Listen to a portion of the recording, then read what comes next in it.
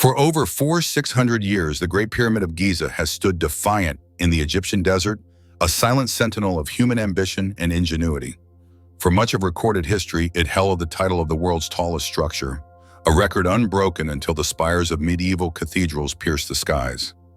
Built to house a god king pharaoh Khufu, this colossal monument was designed to endure for eternity.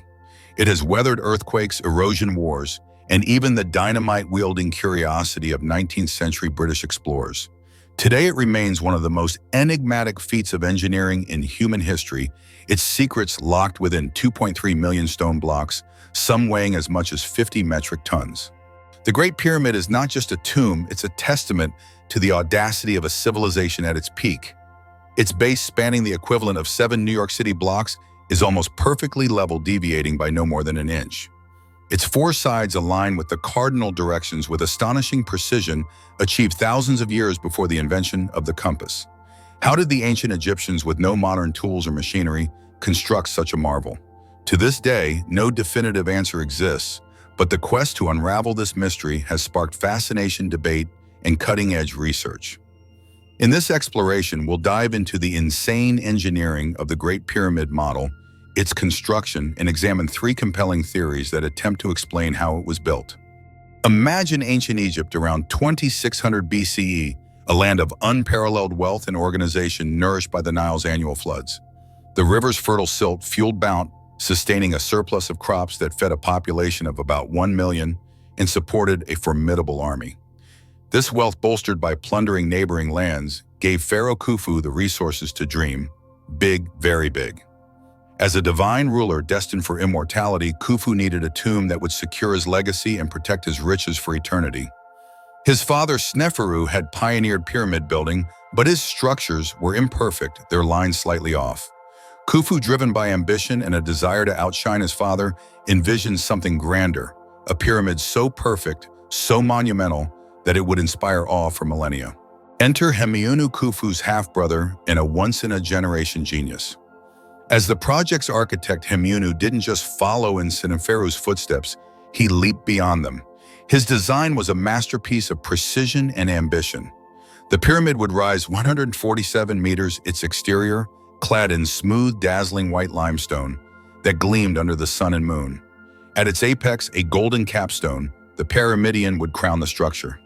Inside, 3 burial chambers would safeguard Khufu's body and treasures, one underground for an early death, another hidden behind a false wall, and the grandest, the king's chamber, accessible via the majestic Grand Gallery, a soaring corridor with corbelled ceilings. Constructed from massive pink granite monoliths quarried 800 kilometers away in Aswan, the king's chamber was a feat of precision, its stones fitted so tightly that a razor blade couldn't slip between them. Building such a structure required not just vision, but an empire's worth of resources and organization.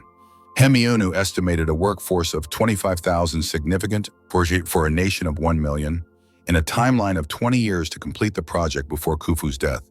The question remains, how did they do it? The simplest explanation for how the Egyptians moved 2.3 million stone blocks, some as heavy as a double-decker bus, is the external ramp theory.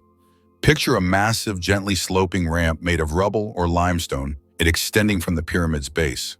Workers equipped with ropes and sleds would drag the stones up the ramp, their collective strength overcoming the block's immense weight.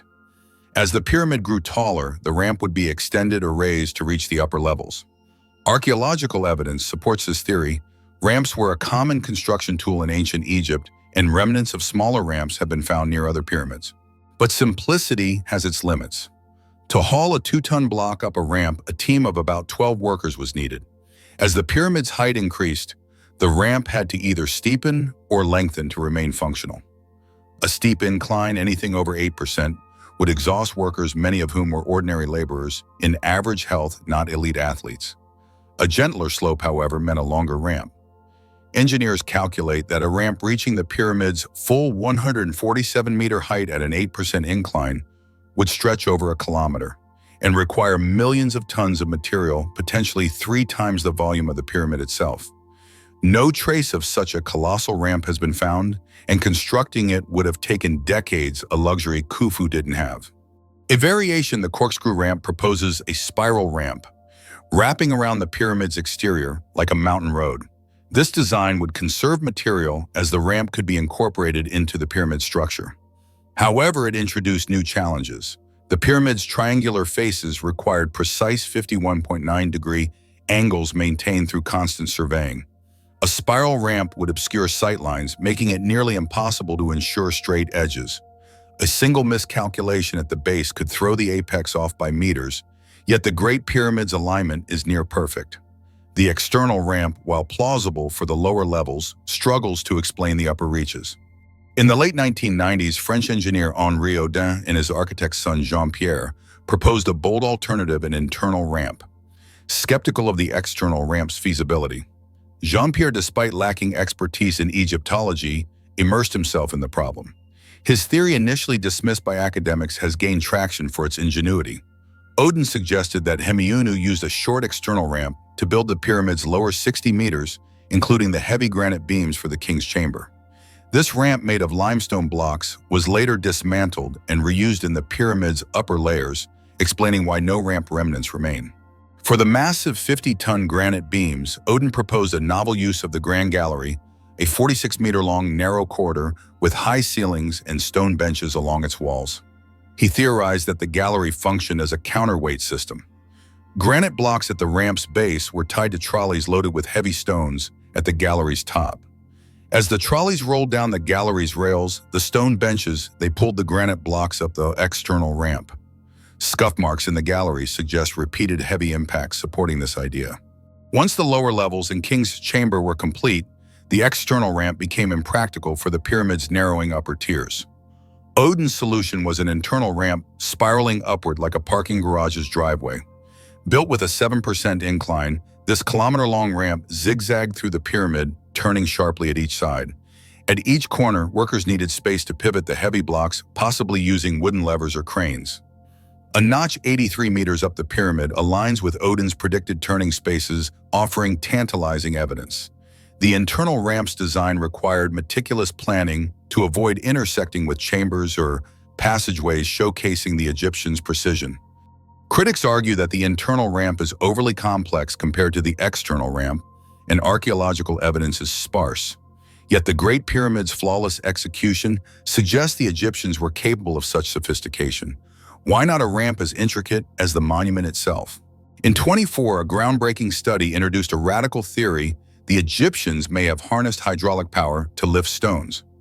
Using radar satellite imagery and soil coring, researchers discovered a long-lost Nile branch near the Giza Plateau, active during the pyramid's construction. This waterway likely transported stones from distant quarries to the site, simplifying horizontal movement. But could water also solve the vertical challenge? A peer-reviewed study proposed a water-powered elevator for an earlier pyramid, suggesting a similar system for Giza. The concept involves a dam collecting rainfall and floodwater, channeled through underground conduits into a central shaft within the pyramid. A wooden platform floating on the shaft's water would carry stones. By adjusting valves to control water levels, workers could raise or lower the platform, lifting stones up to 17 meters. This method would drastically reduce labor, making it feasible for the Great Pyramid's heaviest blocks. However, skepticism abounds. The studied pyramid used lighter stones and differed structurally from Khufu's. No central shaft has been found in the Great Pyramid, and Egyptologist Zahi Hawass has dismissed the theory as implausible. Ramps with their archaeological prevalence remain the dominant model. Still, the hydraulic theory highlights the Egyptians' resourcefulness, leveraging the Nile's power in ways we're only beginning to understand. The Great Pyramid, the last surviving wonder of the ancient world, continues to captivate. Its construction remains an unsolved puzzle, with each theory, external ramp, internal ramp, hydraulic elevator, offering pieces of the solution, but no complete picture. Recent discoveries, like a mysterious void detected in 2017 using particle physics, hint at hidden chambers or structural features, fueling speculation about Khufu's missing mummy and treasures. The absence of blueprints, despite the Egyptians' meticulous record-keeping, adds to the enigma. Were the plans lost, hidden, or destroyed? What we do know is extraordinary.